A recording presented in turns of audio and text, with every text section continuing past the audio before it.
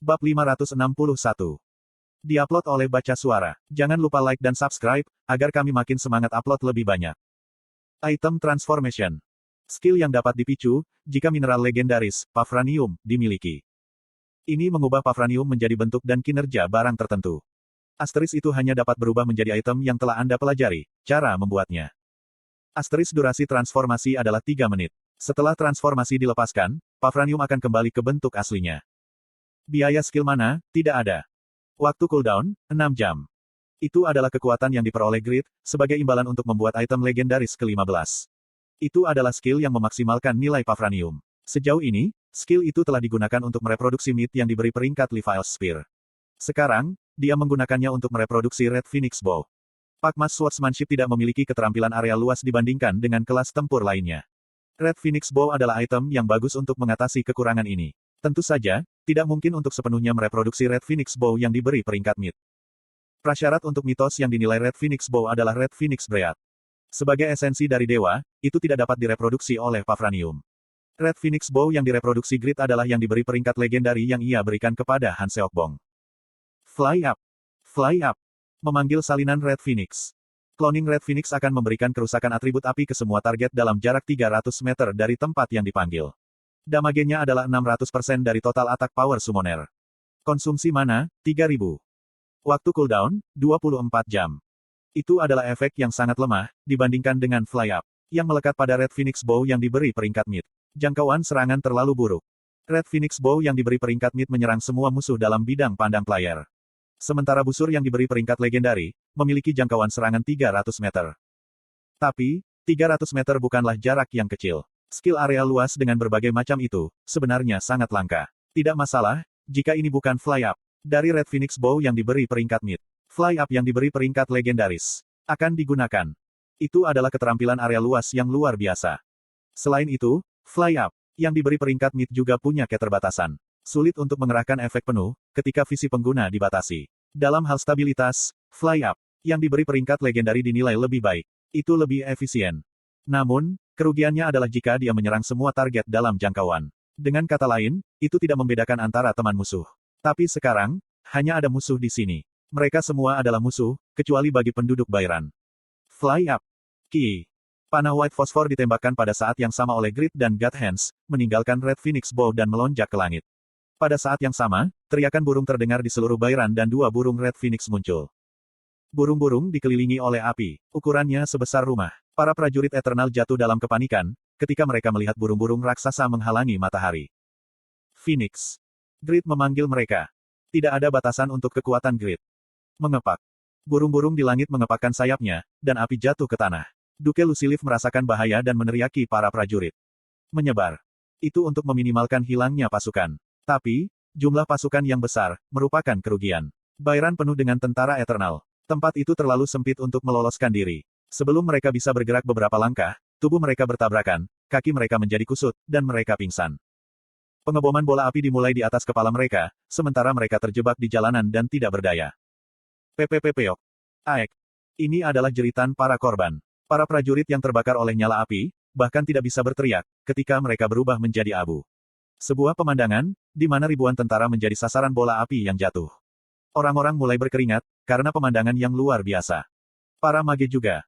Duke Luciliff merasa cemas dari posisinya di dinding. Di depan Grid, jumlah pasukan tidak ada artinya. Medan perang hancur. Sebagian besar prajurit hilang. Secara khusus, hilangnya para mage memaksanya untuk membuat keputusan. Kirim Knight. Kita hanya akan menerima lebih banyak kerugian, jika ini berlanjut. Wah.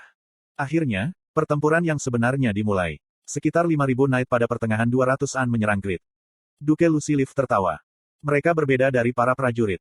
Sangat menyakitkan kehilangan Knight. Namun, tujuan akhir perang ini adalah kematian Grid. Mereka perlu mencurahkan sumber daya untuk merawat Grid. Kutukan itu tidak berlaku, jika dia adalah makhluk para dewa. Slot iklan. Kamu bisa pasang iklanmu di sini. Dia telah menyiapkan kutukan. Kutukan yang hanya bekerja pada makhluk abadi. Itu adalah kutukan mengerikan yang meningkatkan hukuman mati player, hingga 3 kali lipat. Itu bisa menyebabkan kerusakan fatal. Grid memandang kepercayaan diri Duke Luciliff dan merilis transformasi Red Phoenix Bow. Kemudian, dia mengubah 2 God Hands lainnya menjadi Red Phoenix Bows. Tidak tahukah kamu, masih ada 2 yang tersisa. Fly Up. Ki. Grid menembakkan busur dan 2 burung api lagi muncul di langit. Heok. Ini tidak masuk akal.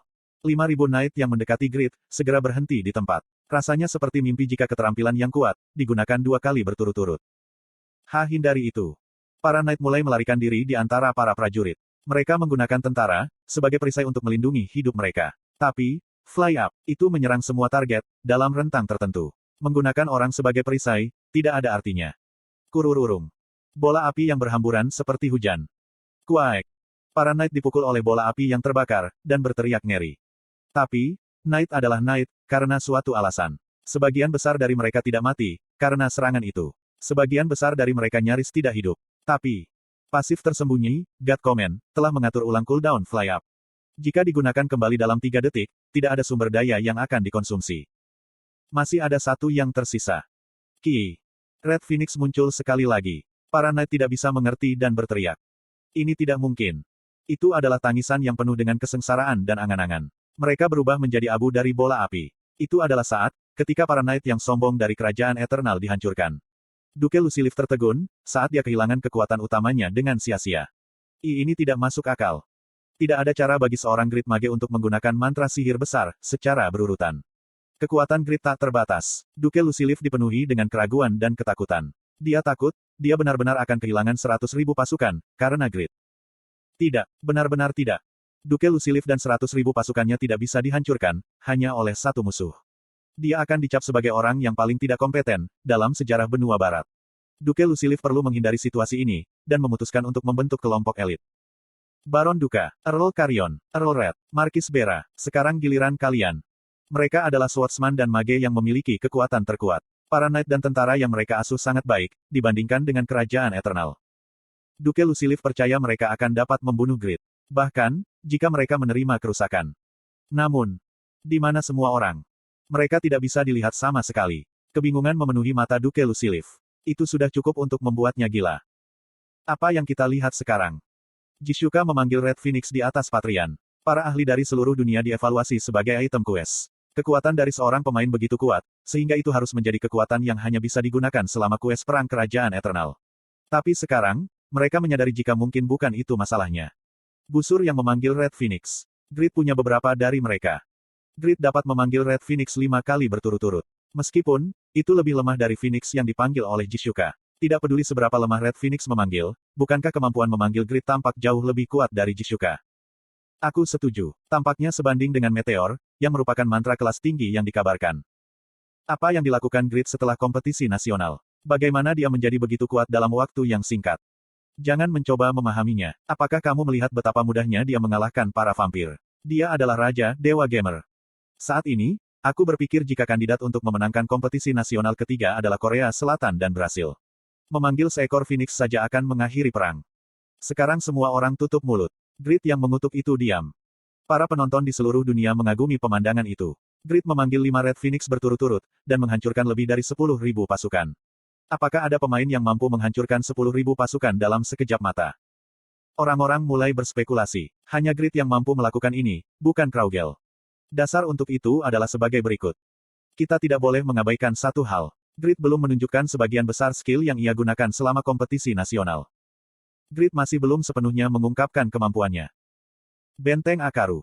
Itu terletak di tepi Kekaisaran Sahara. Secara geografis, itu menghadap ke arah Reidan dan alasan keberadaan benteng adalah untuk menonton, dan tetap melindungi Kekaisaran Sahara. Itu adalah kondisi netral, tapi tidak perlu untuk tetap memeriksanya. Seperti kerajaan lain, kerajaan Eternal juga menawarkan upeti kepada Kekaisaran. Akibatnya, ada beberapa pasukan yang dikerahkan ke benteng Akaru. Tapi, atmosfer telah berubah dalam beberapa tahun terakhir. Bangsawan yang disebut Grid, memberontak di kerajaan Eternal. Itu menyebabkan kerajaan Eternal berada dalam kekacauan. Kekaisaran Sahara tidak bermaksud untuk melewatkan celah ini. Secara khusus, Kekaisaran Sahara sudah lama didambakan Reidan. Sekarang, setelah kerajaan Eternal berada dalam kekacauan, mereka berencana untuk menyerang Reidan dan mengambil kendali. Sekarang 20.000 pasukan elit dikerahkan ke benteng Akaru, dan ini adalah peluang emas. Kerajaan Eternal telah menggerakkan 100.000 pasukan. Ada pasukan yang dikerahkan dari Reidan, sebagai tanggapan. Sekarang, Reidan kosong. Inilah waktunya. Waktunya telah tiba untuk memasuki Reidan tanpa pertumpahan darah, dan menanam bendera kekaisaran. Bagaimana dengan kerajaan Eternal? Kekaisaran hanya memberikan kekuatan untuk penderitaan kerajaan Eternal, karena para pemberontak. Mereka hanya melindungi Reidan, saat kerajaan mulai pulih. Setelah ini, mereka dengan santai bisa menempatinya. Pengambil alihan suatu wilayah oleh negara yang kuat. Earl Turi, komandan benteng Akaru, bahkan tidak memikirkannya. Dia bergerak tanpa ragu ke arah Reidan yang kosong. Tapi, dia terpaksa menghentikan marching pasukan. Ini tidak mungkin. Pegunungan yang berada di antara Reidan dan benteng Akaru. Ketika mereka melintasi pegunungan, mereka melihat puluhan ribu tentara Reidan di padang pasir yang luas. Tentara besar yang bersatu dan berlatih dalam gerakan yang sama. Tentara kekaisaran mendapat merinding. Bagaimana mungkin puluhan ribu tentara bergerak sama? Tidak ada rambut yang keluar dari tempatnya. Puluhan ribu pasukan melakukan gerakan yang sama, persis dengan tombak. Terlihat jelas jika mereka adalah para elit. Kita harus mundur. Earl Turi menghakimi dan memberi perintah kepada pasukannya. Dia tidak pernah membayangkannya. Sebenarnya, hanya ada 1.000 tentara yang berlatih di padang pasir yang panas. Alasannya sepertinya ada puluhan ribu. Karena, bayang-bayang yang dibuat 1.000 tentara di bawah matahari. Menggunakan pasukan bayanganku secara strategis. Earl Lawel benar-benar orang yang hebat. Jantung Kasim berdebar, saat dia melihat pasukan kekaisaran mundur di balik gunung. Dia menjadi lebih yakin jika Grid yang disertai dengan kekuatan dan bakat yang kuat, pasti akan menghancurkan kekaisaran.